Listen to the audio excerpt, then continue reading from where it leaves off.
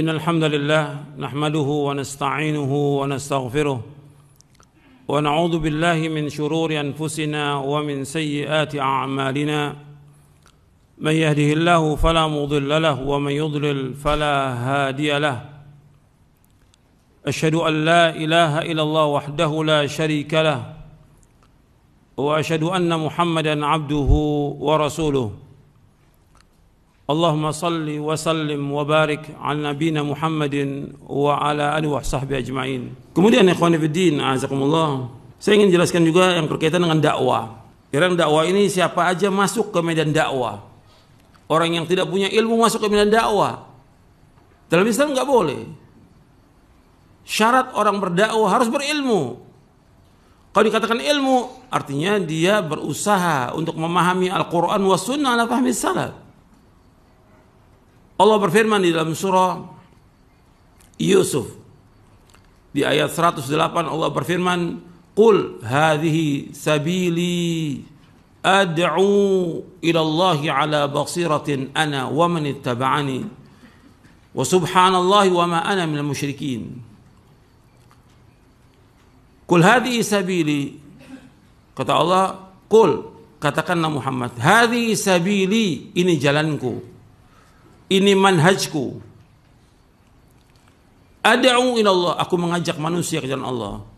Ala basiratin, dengan dasar ilmu dan keyakinan. Ana wa man ittaba'ani, aku dan orang-orang yang mengikuti aku. Wa subhanallah, maha suci Allah, wa ma ana minal musyrikin, dan aku tidak termasuk orang berbuat syirik.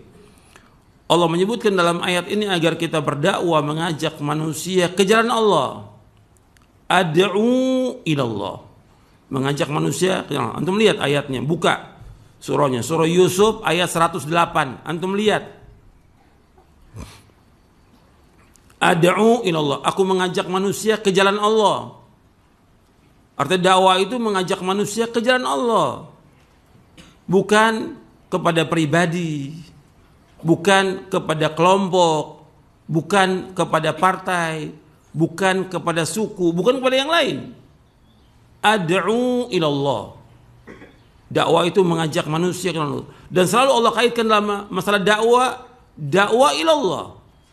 Dakwah ilallah. Atau ke jalan Allah. Ud'u ila sabili rabbika. Ajaklah manusia ke jalan Rabbmu. Ajak manusia ke jalan Allah. Dan Allah menyebutkan enggak ada perkataan yang paling baik di muka bumi ini kecuali orang yang berdakwah di jalan Allah.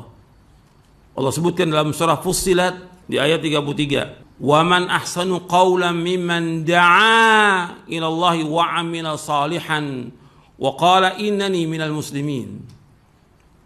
Allah menyebutkan, "Wa man ahsanu qawlan mimman da'a ila Allah." Tidak ada perkataan yang paling baik di muka bumi ini melainkan orang yang mengajak manusia ke jalan Allah. Wa 'amila salihan, dan dia beramal saleh. Wa qala innani minal muslimin, aku termasuk orang Islam. Jadi Allah menyebutkan bahwa dakwah itu mengajak manusia ke jalan Allah. Dan kalimat ad'u ila Allah dijelaskan oleh Syekh Muhammad bin Abdul Wahhab rahimahullah, at-tanbih 'ala al-ikhlas. Artinya dakwah itu wajib ikhlas karena Allah. Bukan mengharapkan sesuatu dari manusia, tapi bagaimana kita mengajak manusia ke jalan Allah dengan ikhlas. Ad'u ila Allah ala basirah, dengan dasar ilmu dan keyakinan. Artinya dakwah ini harus dengan ilmu. Bukan kepintaran berbicara, bukan kepintaran retorika, bukan. Tapi bagaimana dia menguasai Quran dan sunnah ala fahmi salaf. Sekarang ini dakwah macam-macam sudah orang. Dianggap dakwah ketika dia bicara ceramah. Dianggap kalau orang udah ngomong depan mimbar ini, udah di podium, dianggap dakwah. Meskipun dia mengkritik pemerintah, atau dia ngocak, atau dia nggak bawa apa-apa, nggak bawa dalil wala apa. Yang penting pintar retorikanya, orang senang. Ini bukan dakwah. Dakwah itu mengajak manusia kepada Allah. Yang pokok dalam dakwah mengajak manusia untuk mentauhidkan Allah, menjauhkan syirik. Itu dakwah namanya. Itulah yang didakwakan oleh para anbiya wa rasul alaihi wassalatu wassalam. Wa laqad ba'atna fi kulli ummatin rasulan an i'budullah wajtanibut taghut. Dan sungguh kami telah utus pada setiap umat seorang rasul. Setiap rasul dakwanya an i'budullah, adalah kalian semua beribadah kepada Allah. Wajtanibut tagut, jauhkan tagut. Jauhkan semua yang disembah oleh manusia kepada selain Allah. Jauhkan mereka itu. Itu dakwah. Arti dakwah itu mengajak manusia ke jalan Allah. Bukan dakwah itu ngocak, bukan jalan-jalan. Dianggap sekarang rusak nih dakwah. Main sepeda dianggap dakwah. Main motor dianggap dakwah. La haula wala. Dianggap main-main agama ini oleh mereka. Enggak boleh dalam Islam. Dakwah itu keseriusan, kesungguhan. Dan Nabi yang mengatakan demikian sallallahu alaihi wasallam, "Ihris 'ala ma yanfa'uka wasta'in billah wa la ta'jaz." Berkemauan keraslah kepada yang bermanfaat bagi kamu. Minta tolong kepada Allah, jangan lemah. Nabi yang suruh sungguh-sungguh dalam kita berdakwah ini, bukan main-main. Bukan ketawa, bukan ngocak dakwah ini. Bukan mengajak kepada kelompok, bukan. Tapi bagaimana kita menegakkan agama ini. Dan dia tujuan dakwah. Antum catat, ada 3 tujuan dakwah. Yang pertama, supaya tidak ada alasan bagi manusia di hadapan Allah Subhanahu wa taala. Supaya tidak ada alasan bagi manusia di hadapan Allah Subhanahu wa taala. Allah berfirman dalam surah An-Nisa di ayat 165, "Rusulan mubasysyirin wa mundzirin li'alla yakuna lin-nasi 'ala Allahi hujjatun ba'da ar-rusul wa kana Allahu 'azizan hakima." Allah berfirman dalam surah An-Nisa ayat 165, "Rusulan mubasysyirin wa mundzirin li'alla yakuna lin-nasi 'ala Allahi hujjatun ba'da ar-rusul wa kana Allahu 'azizan hakima." Rasul-rasul yang memberikan kabar gembira dan mengancam supaya tidak ada alasan lagi manusia di hadapan Allah sesudah diutusnya para rasul alaihimus salatu wassalam. Dan adalah Allah itu maha gagah dan maha bijaksana. Arti rasul-rasul yang diutus oleh Allah memberikan kabar gembira. Dengan apa? Dengan sorga. Dengan kebahagiaan bagi orang-orang yang taat. Bagi orang-orang yang beriman kepada Allah dan Rasulnya dan beriman kepada yaumul akhir. Dan mengancam bagi mereka, kalau mereka tidak masuk ke dalam agama Islam, tidak beriman, mereka akan diazab oleh Allah, akan dimasukkan ke neraka. Selalu tuh, dai itu antara dua, memberikan kabar gembira dan mengancam. Basyir wa nadhir. Selalu memberikan kabar gembira kepada manusia dan juga mengancam manusia. Dan selalu dakwah itu seperti itu. Ketika orang hanya memberikan kabar gembira aja kepada manusia, maka nanti orang akan lalai. Jadi harus dua, basyirun. Kalau orang hanya mengancam saja, nanti orang akan putus asa dari rahmat Allah. Jadi harus seimbang antara dua ini, basyir wa nadhir. Itulah dakwah. Yang pertama kali mereka dakwakan, para anbiya wa rasul mendakwakan dakwah tauhid. Karena Allah menciptakan manusia ini dan jin untuk apa? Untuk ibadah. Wa ma khalaqtul jinna wal insa illa liya'budun. Tidak aku ciptakan jin dan manusia untuk beribadah kepadaku. Beribadah kepada Allah artinya mentauhidkan Allah. Nah, tugasnya para nabi menjelaskan kepada mereka bagaimana mentauhidkan Allah dan menjauhkan segala macam perbuatan syirik. Supaya apa? Supaya enggak ada alasan lagi bagi manusia. Enggak ada alasan nanti manusia mengatakan di hadapan Allah, ya Allah, enggak ada rasul yang diutus. Enggak ada dai yang mendakwakan dakwah tauhid di tengah-tengah kami. Akan menuntut nanti manusia. Enggak ada. Di tempat kami ini enggak ada dakwah, enggak ada orang mendakwakan dakwah tauhid. Yang terkena di sini apa? Dai-nya nanti di hadapan Allah pada zaman. Dituntut oleh Allah. Kamu diberikan oleh Allah ilmu, kenapa kamu enggak dakwakan dakwah tauhid kepada manusia? Akan dituntut di hari kiamat orang-orang seperti ini. Kita harus dakwakan dakwah tauhid. Itulah pokok semua para anbiya wa rasul al-muslim diutus. Bagaimana mendakwakan dakwah tauhid agar manusia semua beribadah kepada Allah, agar manusia semuanya meninggalkan segala macam perbuatan syirik. Karena syirik ini menghapuskan seluruh amal. Dosa besar yang paling besar, kezaliman yang paling zalim, kemungkaran yang paling mungkar di muka bumi. Dan menghapuskan seluruh amal. Dan tempatnya neraka, kekal dalam neraka selama-lamanya. Orang yang berbuat syirik. Makanya ini dakwah. Jadi harus kita berusaha bagaimana menegakkan dakwah tauhid ini di depan umat ini. Itu yang paling pokok. Bukan yang lain. Dan yang dakwah tadi saya sebutkan adalah orang-orang yang berilmu. Orang yang berilmu.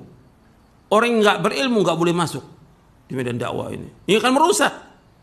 Orang yang bodoh akan merusak seperti yang dijelaskan oleh para ulama tentang masalah ini. Yang kedua, di antara tujuan dakwah memberikan hidayah kepada manusia ke jalan yang lurus. Bahwa Allah berfirman kepada Nabi Muhammad sallallahu alaihi wasallam dalam surah Asy-Syura di ayat 52, wa innaka latahdi ila siratim mustaqim. Dalam surah Asy-Syura ayat 52, wa innaka latahdi ila siratim mustaqim. Sungguhnya engkau Muhammad menunjuki manusia ke jalan yang lurus. Begitu juga di dalam surah Al-Mu'minun di ayat 73, wa innaka latad'uhum ila siratim mustaqim. Sesungguhnya engkau mengajak mereka ke jalan yang lurus. Dan itu yang kita minta setiap hari. Ihdinas siratal mustaqim, siratal ladzina an'amta 'alaihim ghairil maghdubi 'alaihim waladdallin. Ya Allah, tunjukilah kami ke jalan yang lurus. Jalannya orang-orang yang kau beri nikmat mereka, bukannya jalan orang-orang yang kau murkai, dan bukan pula jalannya orang yang sesat. Arti jalan yang lurus, jalan yang telah diberikan oleh Allah kepada orang-orang yang telah berikan nikmat. Siapa yang berikan nikmat? Para anbiya wa rasul alaihi wasallam. Kemudian para sahabat radhiyallahu anhum ajma'in. Itu jalan yang lurus. Bagaimana mereka menempuh jalan yang lurus? Dengan mentauhidkan Allah, menjauhkan syirik. Itu perhatikan tuh. Yang dikatakan siratul mustaqim artinya mereka mentauhidkan Allah, menjauhkan syirik. Makanya disebutkan oleh Nabi Isa alaihi salatu wassalam sebagaimana Allah berfirman dalam surah Ali Imran di ayat 51, innallaha rabbi wa rabbukum fa'buduh hadza siratum mustaqim. Innallaha rabbi wa rabbukum fa'buduh hadza siratum mustaqim. Dan ini berapa kali Allah ulang dalam Al-Qur'an. Sesungguhnya Allah adalah Rabb kami dan Rabb kalian. Maka beribadah kepada Allah. Inilah jalan yang lurus. Arti mentauhidkan Allah, menjauhkan syirik, merupakan jalan yang lurus. Itu yang pertama, mana pertama. Kemudian baru nanti siratul mustaqim disebutkan lagi, yaitu berpegang kepada Al-Quran wa sunnah ala fahmi salaf dengan dasar ayat dalam surah Al-Fatihah tadi. Ihdinas siratal mustaqim siratal ladzina an'amta alaihim. Orang yang berikan nikmat siapa? Itu para anbiya rasul dan para sahabat.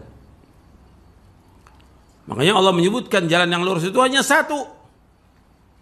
Dalam surah Al-An'am ayat 153, wa anna hadza sirati mustaqiman fattabi'uhu wa la tattabi'us subula fatafarraqa bikum an sabili dzalikum wassaqum bihi la'allakum tattaqun.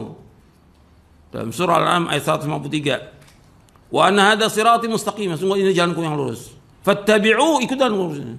Wa la tattabi'us subul, jangan kamu ikuti jalan yang lain yang akan mencerai-beraikan kamu jalan Allah. Demikian Allah wasiatkan kepada kalian agar kamu bertakwa. Arti ketika Allah menyebutkan ayat ini, Nabi menjelaskan bagaimana disebutkan dalam riwayat Imam Ahmad. Nah, dari sahabat Ibnu Mas'ud radhiyallahu anhu, Nabi menjelaskan, artinya Nabi menggaris satu garis yang lurus, di kanan kiri garis itu jalan-jalan yang pendek. Kata Nabi SAW, ma min sabilin illa wa alaihi syaitanun yad'u ilaihi. Enggak ada satupun jalan-jalan ini melainkan ada setan. Kan Allah berfirman, wa anna hadza sirati mustaqiman fattabi'uhu. Ini jalanku yang lurus, ikuti. Wa la tattabi'us subul, jangan ikuti jalan yang lain. Jalan yang lain Nabi gariskan tuh beberapa garis. Berupa apa? Garis ini masih ada setan. Garis ini merupakan kelompok-kelompok, firqah-firqah, pemahaman-pemahaman, aliran-aliran yang sesat semuanya, yang membawa manusia ke neraka. Semua mesti ada setan di atasnya. Itu yang mengatakan demikian Rasulullah SAW ketika menjelaskan ayat ini. Yang Nabi suruh ikuti jalan lurus, jalan yang telah ditempuh oleh Rasulullah SAW dan para sahabatnya. Ma'ana alaihil yauma wa ashabi. Orang mengikuti jalanku dan para sahabatku. Arti wajib mengikuti Al-Quran wa sunnah ala fahmi salaf. Jadi yang pertama, mentauhidkan Allah, menjauhkan syirik. Yang kedua, kita belajar Quran wa sunnah ala fahmi salaf. Amalkan agama ini sesuai dengan pemahaman mereka. Kemudian ikhwan fillah, azakumullah, di antara tujuan dakwah Masih yang kedua, memberikan hidayah kepada manusia ke jalan yang lurus, dan juga kita bagaimana mengeluarkan mereka dari kegelapan kepada cahaya. Allah berfirman di dalam surah Ibrahim, Alif Lam Ra, kitabun anzalnahu ilaika litukhrijan nasa minadh dhulumati ilan nur biidzni rabbihim ila siratil azizil hamid. Di awal surah Ibrahim, di awal surah Ibrahim. Alif Lam Ra, kitabun anzalnahu ilaika, kitab yang kami turunkan kepadamu Muhammad, litukhrijan nasa minadh dhulumati ilan nur, agar engkau mengeluarkan manusia dari kegelapan kepada cahaya, biidzni rabbihim, dengan izin Rabb mereka, ila siratil azizil hamid, kepada jalan Allah yang maha gagah dan maha terpuji. Antum perhatikan, mengeluarkan manusia dari kegelapan. Kegelapan apa? Yang pertama kegelapan syirik. Manusia dalam kegelapan kesyirikan, berbuat kesyirikan. Dan manusia setiap hari berbuat kesyirikan. Di mana-mana di muka bumi ini orang berbuat kesyirikan. Di Indonesia ini banyak, di Indonesia banyak, jutaan orang berbuat syirik. Bukan 1-2 orang, bukan ribuan, bukan ratusan ribu, jutaan orang, puluhan juta orang berbuat syirik. Kewajiban para dai bagaimana menyelamatkan mereka agar mereka keluar dari kegelapan syirik kepada cahaya tauhid. Dan manusia yang ada ini semua dalam kebodohan. Min dhulumatil jahl ila nuril ilm. Keluarkan mereka dari kegelapan kebodohan kepada cahaya ilmu. Mereka dalam kebodohan, gak ngerti agama sama sekali. Kita ajak mereka pada ilmu. Yang dikatakan ilmu Quran wa sunnah ala fahmi salaf. Itu usahanya para dai. Bukan dibodohkan orang, bukan orang disuruh taklid, bukan. Orang muqallid nggak pernah jadi ahli ilmu selama-lamanya, kata Imam Al-Qayyim. Orang taklid nggak akan jadi ahli ilmu selama-lamanya. Kita harus berpegang teguh pada Quran wa sunnah al-fahmi salaf. Bukan disuruh taklid kepada manusia, bukan.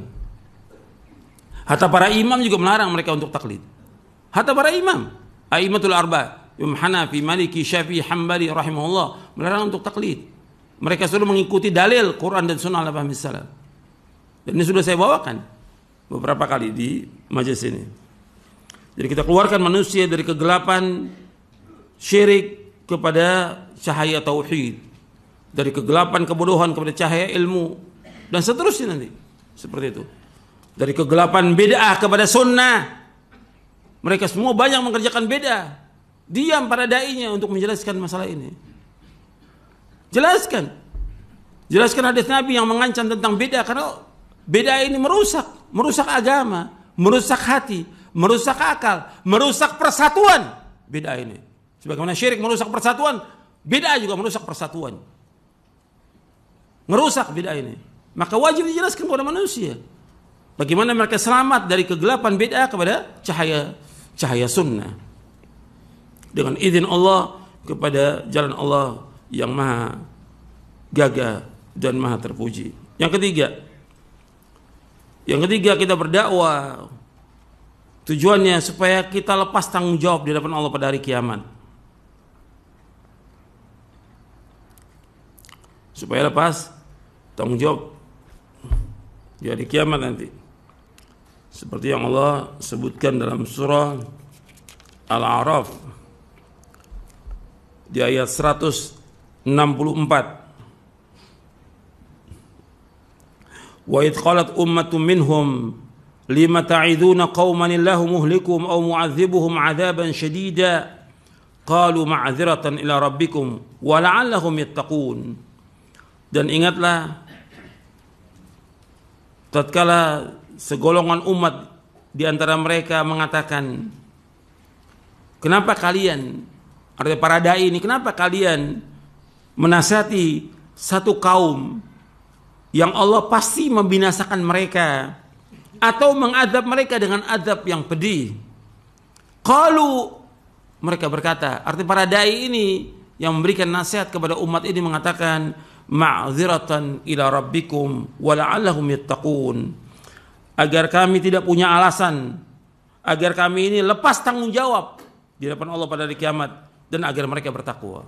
Ada dua alasannya. Disebutkan yang pertama alasannya agar kami lepas tanggung jawab. Nggak dituntut oleh Allah dari kiamat. Kenapa kamu nggak mendakwakan? Nggak bisa katakan ini orang udah berbuat syirik, udah berbuat maksiat, saya udah sampaikan. Nggak cukup sekali. Nggak cukup 2 kali. Harus terus dakwah. Siang malam mendakwakan dakwah tauhid. Nggak cukup sekali. Sama seperti keluarga kita.